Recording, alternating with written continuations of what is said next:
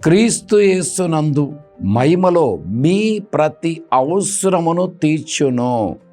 ఎక్కడంట?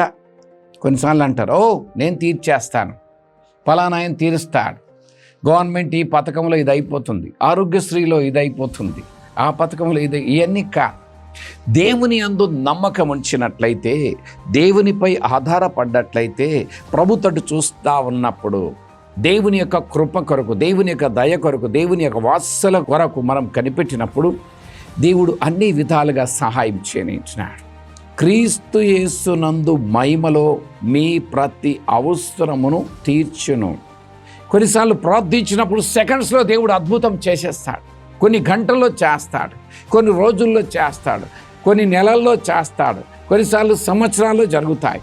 కానీ ఏది ఏమైనా మనకు ఎప్పుడు అవసరత తీరిస్తే బాగుంటుందనేది దేవుడికి తెలుసు.